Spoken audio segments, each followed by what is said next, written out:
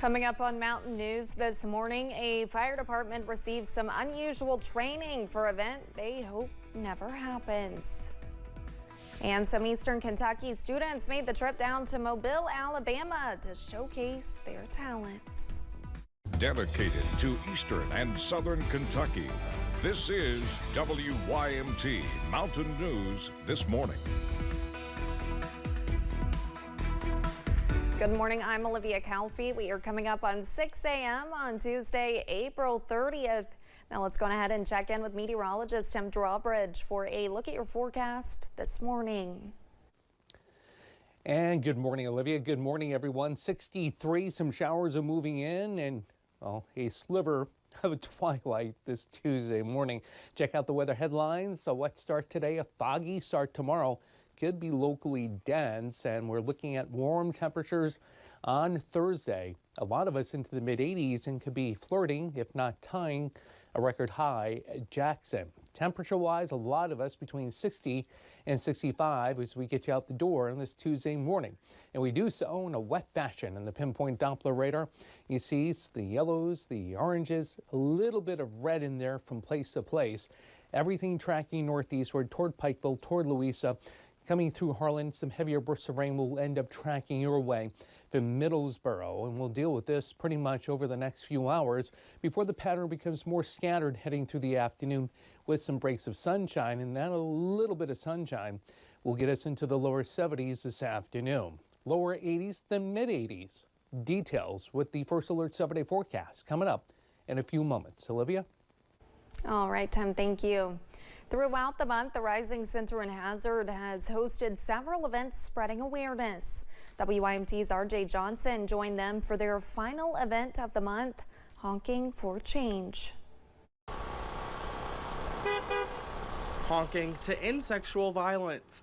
Closing out Sexual Assault Awareness and Prevention Month, officials with the Rising Center are continuing to spread awareness to the community. Driving by, some people, if you don't know what the Rising Center is, it brings awareness to what we do, but it also shows survivors in the community, because we know statistically there are several that we support them and we're here for them. Program Director Jasmine Wilson says this year they wanted to invite partners in the community, including Donate Life. The Rising Center has such an important footprint in the community. They do so many great things for so many people who are in need, and they asked us to be part of this amazing program today. Wilson says when folks stop by, they are able to get several resources.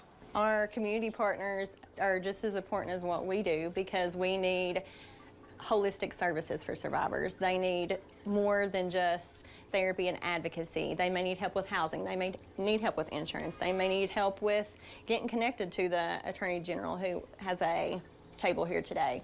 Lauren Salyer with Donate Life Kentucky says it's empowering to be a part of. It kind of empowers them about topics that they maybe never considered, or they don't really have a lot of information about. And now having that community face, knowing that those services are here in their community, it might give them a little bit more courage to approach that topic, or, you know, take the dive into college or whatever it might be. And with every honk is another step towards ending sexual violence. In Hazard, RJ Johnson, WYMT Mountain News. Wilson says their advocacy does not end in April, saying they will continue providing resources and helping those in need. Issues and Answers last night featured a fairly new rehab center in Perry County. Beacons of Hope include several programs helping people recover from addiction. They not only treat drug addiction, but also alcoholism. Executive Director Greg Burke says they have seen an increase in people struggling with alcohol addiction. One of the big things that come out of the COVID was alcoholism. The rise went up. You know, people were drinking a lot more. We're not supposed to do life alone, Steve. We're supposed to do it with each other and celebrate our successes. That's what we're trying to do at Beacons of Hope. Burke says officials need to continue working on educating children to keep them away from drugs and alcohol. You can find this episode of Issues and Answers on our website, WYMT.com. A fire training session in Pike County had one department tapping into the hydrants to hit a helicopter. WYMT's Buddy Forbes has more about the heat at the Pikeville Fire Department.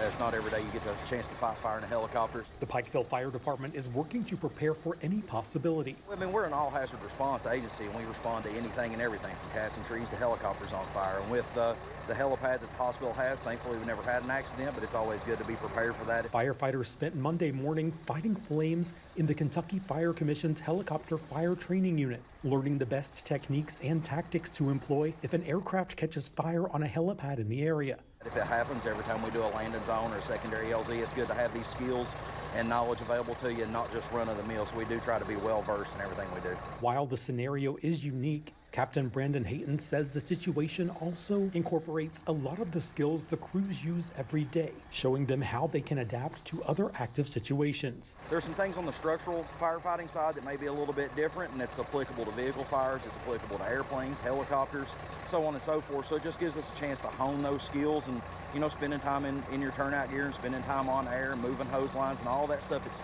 kind of cumulative like the fire service is itself. It's just, this happens to be a different crop that we get to exercise those skills on today. Keeping the lessons interesting and informative. This gives us another way to exercise their element of fun while also exercising another dynamic of learning, as this is not something we do every day. To keep the community in good hands. In Pikeville, Buddy Forbes, WYMT Mountain News. Officials with the department say they waited more than a year to get their hoses on this helicopter, saying it is an important and interesting course from the state fire rescue training. The Clay County Theater Department was sparked inside an art class roughly 10 years ago, all because of student interest. Something Donnie Stevens, director of the Tiger Troupe, says has turned into one of the most successful theater departments in the Commonwealth. They recently represented Kentucky at the Southeastern Theater Conference in Mobile, Alabama, and they were the only school there that was not a performing arts school. That was one of those moments where you stop and think for a minute and say, wow, you know, that's pretty special, you know, for a small school out of Eastern Kentucky to be able to go to a stage with people from all over the Eastern Seaboard. I mean, there was, I think we had 9 states being represented there. This June, they will be representing Kentucky at the International Thespians Festival in Indiana. The Appalachian Wireless Arena in Pikeville has announced its latest concert, and while it is not a country show, there could be some country grammar. The arena is hosting rapper Nelly on its Pikeville stage this September. The concert is on the calendar for September 14th at 8 p.m. and is part of the arena's efforts to create more opportunities for fans of different genres to find a show they'll love at the arena, moving toward the fall schedule with a big name. 3-time Grammy Award winner. I mean, he's got some hits. Oh, he's just one or two. Oh yeah, one or two. It'll be a long night of hits. Let's put it that way. So we're just tickled. We're tickled at this announcement. It's made us happy, the city happy. I hope Eastern Kentucky happy.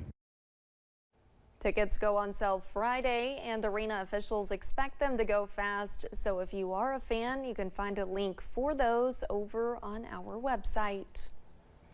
We are now just a few days away from the 150th running of the Kentucky Derby, and officials are getting ready for big crowds this week.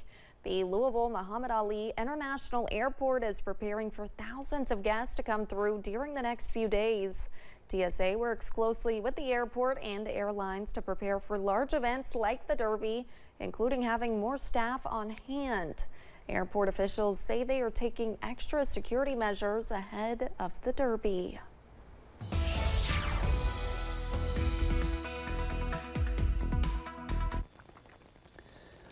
And a good Tuesday morning to you. Temperatures on the mild side this morning. A lot of us between 60 and 65. We check out the pinpoint Doppler radar. Active again. Some of this action is heavy as you look around northern portions of Breathitt County, extending up toward the Mountain Parkway. Also from London southbound as you make your way toward Middlesboro. Everything tracking in terms of what we call storm motion per se. northeastward as the entire body of precipitation tracks out toward Pikeville and Norton and Louisa, and you'll eventually get into it here over the next hour, hour plus. So for the morning, a little extra time with the heavier bursts of rain, and then as we see the pattern become more scattered heading through the afternoon, you'll still need to use the wipers and maybe take a little extra time depending if we still get another heavier burst of rain this afternoon.